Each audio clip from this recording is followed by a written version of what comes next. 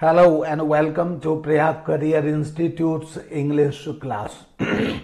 यह video intermediate English के लिए है और इंटरमीडिएट इंग्लिश में आज का टॉपिक है gerund. What is gerund? Gerund and present participle. Actually gerund क्या होता है? चलिए अभी इसी में आएगा, पढ़ते. The forms of the gerund and the participle are the same, but their functions are different. यानी gerund और participle दोनों की फॉर्म एक जैसी ही होती हैं, लेकिन उनके फंक्शंस अलग अलग होते हैं और डिफरेंट होते हैं. A gerund functions as a noun. एक gerund means verb plus ing की वह फॉर्म जो नाउन की तरह काम करती है. A gerund functions as a noun, यानी कि gerund एक नाउन की तरह फंक्शन करता है या काम करता है. So it is called a verbal noun, और इसलिए इसको हम verbal noun भी इसको कहा जाता है. A participle functions as an adjective, और participle adjective के रूप में काम करता है. So it is a verbal adjective, और इसलिए इसको verbal adjective कहा जाता है.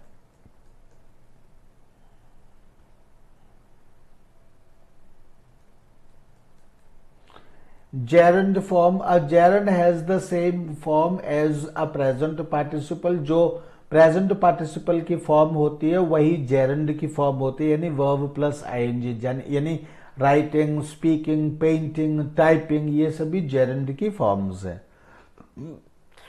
अब gerund के यूजेस क्या क्या होते हैं? तो gerund के यूजेस होते हैं, since a gerund is a kind of noun, it can function as number one subject. चूंकि gerund जो एक प्रकार का नाउन होता है या नाउन जैसा होता है, इसलिए इसका सबसे पहला काम है सब्जेक्ट के रूप में काम करना, यानी ये एक सब्जेक्ट की तरह काम करता है. जैसे swimming is a good exercise, तो यहाँ पे swimming means swim plus I N G form. Swimming is a good exercise यहां हमने कह दिया.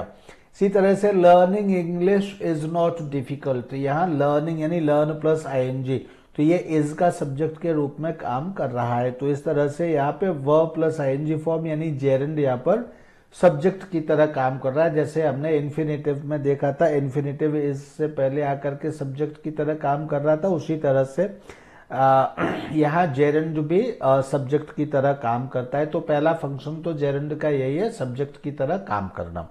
दूसरा फंक्शन जेरंड का क्या है? दैट इज ऑब्जेक्ट, यानी ऑब्जेक्ट की तरह काम करना. She loves, what does she love? She loves playing the violin, यानी उसको वायलिन प्ले करना पसंद है, तो she loves. What does she love? What के आंसर में जो आता है उसे हम ऑब्जेक्ट कहते हैं, तो she loves playing the violin, यानी फिर से what does she love? Playing the violin, तो इसलिए प्लेइंग द वायलिन यानी प्लेइंग क्या है यहाँ पर? ऑब्जेक्ट हो गया. He likes, what does he like? Catching fish, तो कैचिंग क्या हो गया? ऑब्जेक्ट हो गया. इस तरह से एक जेरंड सब्जेक्ट की तरह भी काम करता है और जेरंड ऑब्जेक्ट की तरह भी काम करता है. Third point is complement. तो कॉम्प्लीमेंट क्या होता है? जब कोई नाउन इज एम आर के बाद आता है और इज एम आर के अर्थ को पूरा करता है, तब हम उसको कॉम्प्लीमेंट कहते हैं. तो her hobby is, what is her hobby? तो इज के अर्थ को पूरा करता है. प्लेइंग टेनिस, इसलिए प्लेइंग यहाँ पर क्या है? कॉम्प्लीमेंट की तरह काम कर रहा है.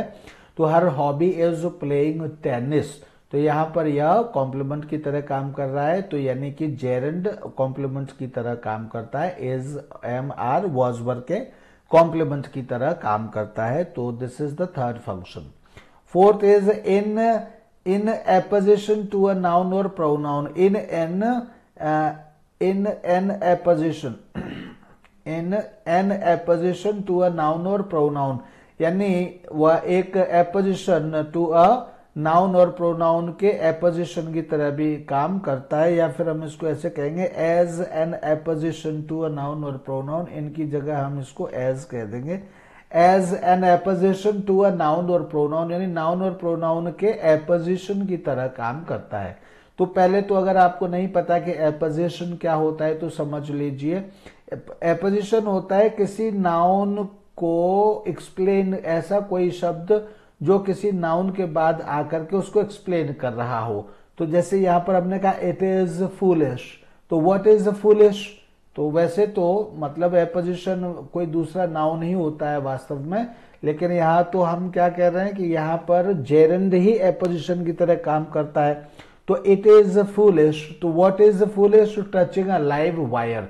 तो टचिंग क्या है यहाँ पर? जेरेंड है। तो टचिंग ये किसको एक्सप्लेन कर रहा है? फूलिश को एक्सप्लेन कर रहा है। इट इज फूलिश, तो व्हाट इज फूलिश? किस चीज को हम फूलिश कहें? तो टचिंग अ लाइव वायर। तो टचिंग ने किसको एक्सप्लेन किया, यानी किसके अर्थ को ज्यादा सार्थकता प्रदान की? तो दैट इज फूलिश, फूलिश के अर्थ को एक्सप्लेन किया। इसलिए यहां पर क्या हो गया? एक एपोजिशन टू अ नाउन और प्रोनाउन। ये फूलिश नाउन है तो नाउन का एपोजिशन हो गया, अगर यहाँ कोई प्रोनाउन होता तो ये प्रोनाउन का एपोजिशन हो जाता।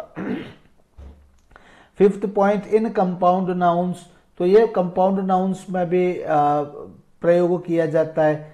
कंपाउंड नाउन्स में कैसे प्रयोग किया जाता है? जैसे ड्रिंकिंग वाटर, यानी पीने वाला पानी। तो water for drinking, water for drinking को हम क्या कह सकते हैं? ड्रिंकिंग वाटर कह सकते हैं। अ वॉशिंग मशीन, तो वॉशिंग मशीन में क्या है? ये कंपाउंड नाउन बना रहा है। तो अ वॉशिंग मशीन का मतलब क्या है? अ मशीन फॉर वॉशिंग, तो वॉशिंग मशीन हम कहते हैं। इसी तरह से वॉकिंग स्टिक, शायद आगे होगा, नहीं है तो a walking stick, a walking stick मतलब ऐसी छड़े, स्टिक फॉर वॉकिंग, इस तरह से। ड्रिंकिंग वाटर, वॉशिंग मशीन, इस तरह से और भी हम यूज करते हैं।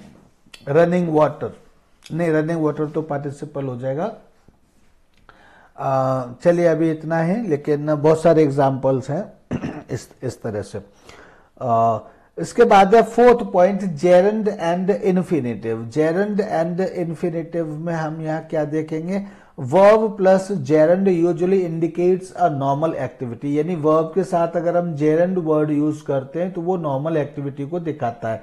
दैट इज वंस चॉइस और प्रेफरेंस, यानी कि किसी की प्राथमिकता, किसी की पसंद और प्राथमिकता को वह दिखाता है, यानी वर्ब प्लस जेरेंड अगर हम यूज करते हैं तो। जैसे she loves playing the piano, तो यानी पियानो बजाना उसकी प्राथमिकता और उसकी चॉइस है, यानी उसकी पसंद है, यानी वह उसको पसंद करती है। I prefer walking in the garden, यानी गार्डन में काम करना। वॉकिंग इन द गार्डन क्या है? मेरा प्रेफरेंस है, मेरी चॉइस है, मीन्स आई लव इट। लेकिन verb plus infinitive, second point में क्या है? Verb plus infinitive usually indicates a temporary और ओकेजनल एक्टिविटी। तो यहां पर ये देखिए कि ये मैं कहना भूल गया कि नॉर्मल एक्टिविटी, नॉर्मल एक्टिविटी का मतलब क्या है? ये एक परमानेंट एक्टिविटी है। ये वॉकिंग इन द गार्डन क्या है? ये परमानेंट एक्टिविटी है। यानी जब हम यहाँ टेम्पररी एक्टिविटी की बात करते हैं सेकंड पॉइंट में, तब ये क्या बन जाती है? परमानेंट, यानी जब भी कभी टाइम मिलता है तभी गार्डन में काम करना अच्छा लगता है, जब भी कभी टाइम मिलता है तभी पियानो बजाना अच्छा लगता है फर्स्ट। लेकिन सेकंड पॉइंट में verb plus infinitive usually indicates a temporary और ओकेजनल एक्टिविटी। तो टेम्पररी एक्टिविटी का मतलब ये होता है कि जब कभी टाइम मिला तब एक आधा बार, मतलब हमेशा नहीं।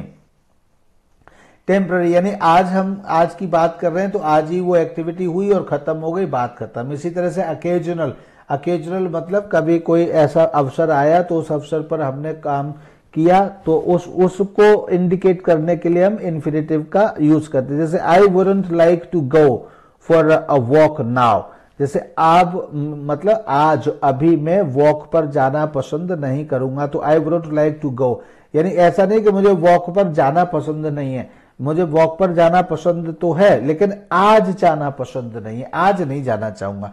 आई wouldn't like to eat food today, यानी कि आज मैं खाना खाना पसंद नहीं करूंगा, वैसे तो मैं रोज खाऊंगा लेकिन आज नहीं खाऊंगा। I wouldn't like to teach now, यानी आज मैं नहीं पढ़ाऊंगा, वैसे तो मैं रोज पढ़ाऊंगा लेकिन आज नहीं पढ़ाऊंगा क्योंकि आज मेरा मन नहीं है। तो इस तरह की चीज को हम कहते हैं टेम्पररी एक्टिविटी।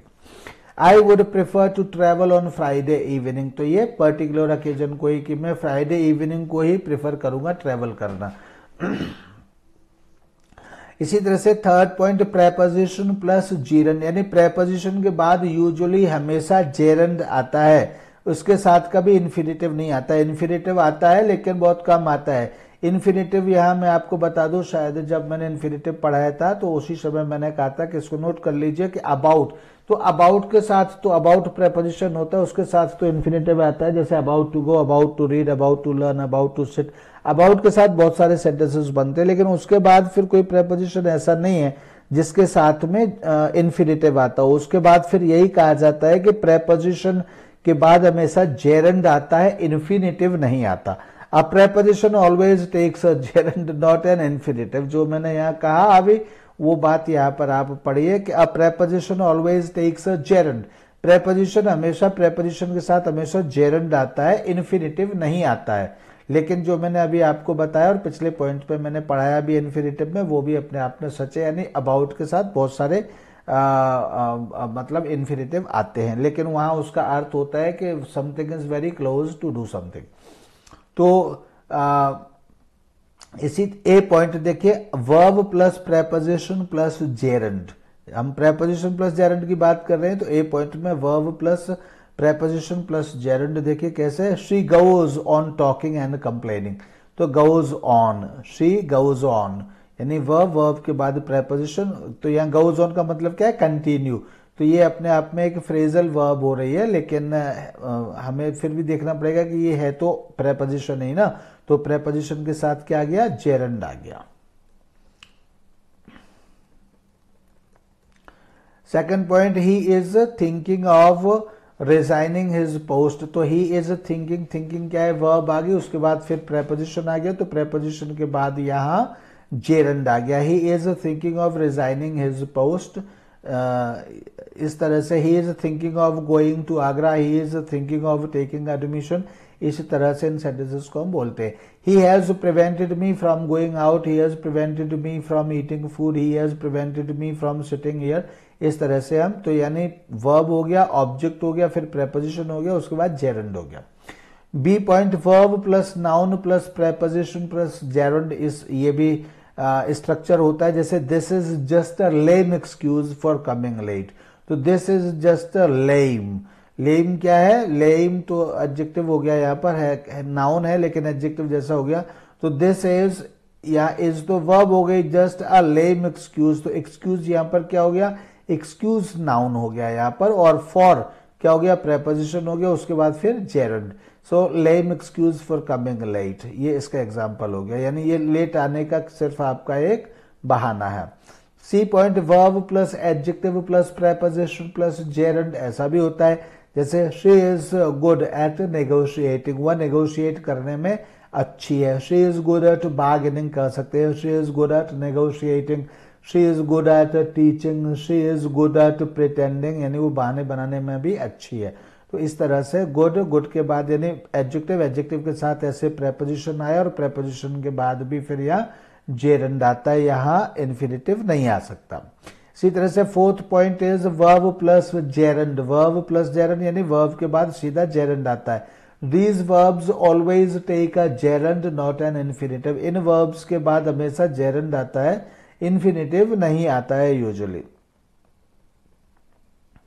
ये verbs क्या है, as for avoid, consider, defer, delay, deny, enjoy, escape, excuse, finish, forgive, keep, keep मतलब continue, mind, mind मतलब object यानी feel bad, miss, pardon, practice, prevent, put off, resent, resist, risk, stop, stop का मतलब cease के अर्थ में।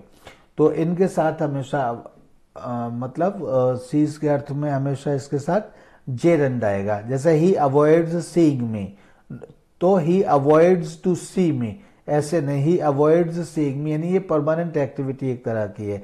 I don't mind waiting here means I don't feel bad waiting here, तो to wait, not to wait मतलब to wait नहीं आएगा, to feed नहीं आएगा, टू क्राई नहीं आएगा। She enjoys feeding her pets, तो यहाँ भी क्या है, जेरंड आएगा। द बेबी केप्ट क्राइंग, तो यहाँ भी जेरंड आएगा, यानी कंटिन्यूड क्राइंग। इसके बाद है एडजेक्टिव प्लस जेरंड। तो दीज एडजेक्टिव्स और expressions always take a gerund not an infinitive. ये जो एडजेक्टिव्स एक्सप्रेशंस है इनके साथ भी जेरंड आता है। जैसे busy, happy, worth, is, no use, good, can't help, stand, इस तरह से। He is busy packaging up, this sight is worth seeing, तो इनके साथ मतलब बिजी, हैप्पी, वर्थ, इनके साथ हमेशा जेरंड आता है। वही वर्थ के साथ जेरंड आया है, बिजी के साथ जेरंड आया है, शी इज हैप्पी, हैप्पी के साथ भी जेरंड आया है, and is no use repenting now, तो यूज के साथ भी जेरंड आया। It's no use, it's no good या कांट हेल्प या कांट स्टैंड, इनके साथ भी जेरंड आया है। This is the thing here. इसके बाद है जेरंड एज कॉम्प्लीमेंट। तो जेरंड एक कॉम्प्लीमेंट की तरह भी, चूंकि नाउन की ही तरह काम करता है, तो ये सारे वही फंक्शंस करता है जो एक नाउन के होते हैं। तो एक कॉम्प्लीमेंट की तरह भी नाउन का यूज एक कॉम्प्लीमेंट की तरह भी होता है, तो यहां भी इसका प्रयोग एक कॉम्प्लीमेंट की तरह हो रहा है। Gerund can be used in 2 ways in a complement. Complement की तरह 2 तरह से यह यूज हो सकता है कॉम्प्लीमेंट के रूप में। एक तो होता है after a noun pronoun in the objective case. एक तो ऑब्जेक्टिव केस में नाउन प्रोनाउन के साथ ही कॉम्प्लीमेंट के रूप में यूज हो सकता है। दूसरा पॉइंट भी है after a noun pronoun in the possessive case, और नाउन प्रोनाउन के पजेसिव केस के रूप में भी ये कॉम्प्लीमेंट के रूप में यूज हो सकता है। जैसे आई डोंट लाइक टॉम या him watching TV all the time. तो यहाँ पर आई डोंट लाइक टॉम, तो यहाँ जो टॉम है ये क्या है, ये ऑब्जेक्टिव केस में है, ये ऑब्जेक्ट है, लाइक का ऑब्जेक्टिव है। आई डोंट लाइक टॉम या him watching TV all the time, तो यहाँ टॉम एक ऑब्जेक्टिव केस है, तब यहां पर यहाँ एस और एस नहीं लगाते। दूसरा आई डोंट लाइक टॉम्स या his watching TV all the time, तो यहां पर पजेसिव केस है। तो I don't like Tom's watching, तो ये पजेसिव केस में भी आ गया, ये पजेसिव केस है, तब यहां पर ये कॉम्प्लीमेंट की तरह काम कर रहा है। और ऑब्जेक्टिव केस में भी आई डोंट लाइक टॉम, तो ये कॉम्प्लीमेंट की तरह काम कर रहा है, लेकिन ऑब्जेक्टिव केस में काम कर रहा है। तो इस तरह से ये यहाँ पर जेरंड एज अ कॉम्प्लीमेंट यहाँ पर काम कर रहा है। ये पॉइंट जेरंड का टॉपिक यहाँ पर खत्म होता है। जेरंड का टॉपिक यहाँ पर खत्म होता है, यही टॉपिक था। ये तो ऊपर चला गया पेज, इसलिए ये दोबारा से आ गया। तो यहीं पर खत्म होता है। तो अब बस इसको यहीं पर, थैंक यू, बाय बाय। अब अगला टॉपिक हमारा पार्टिसिपल का है, पार्टिसिपल के टॉपिक में फिर से बात करेंगे, तब तक इसकी प्रैक्टिस करिए। Thank you and bye bye once again.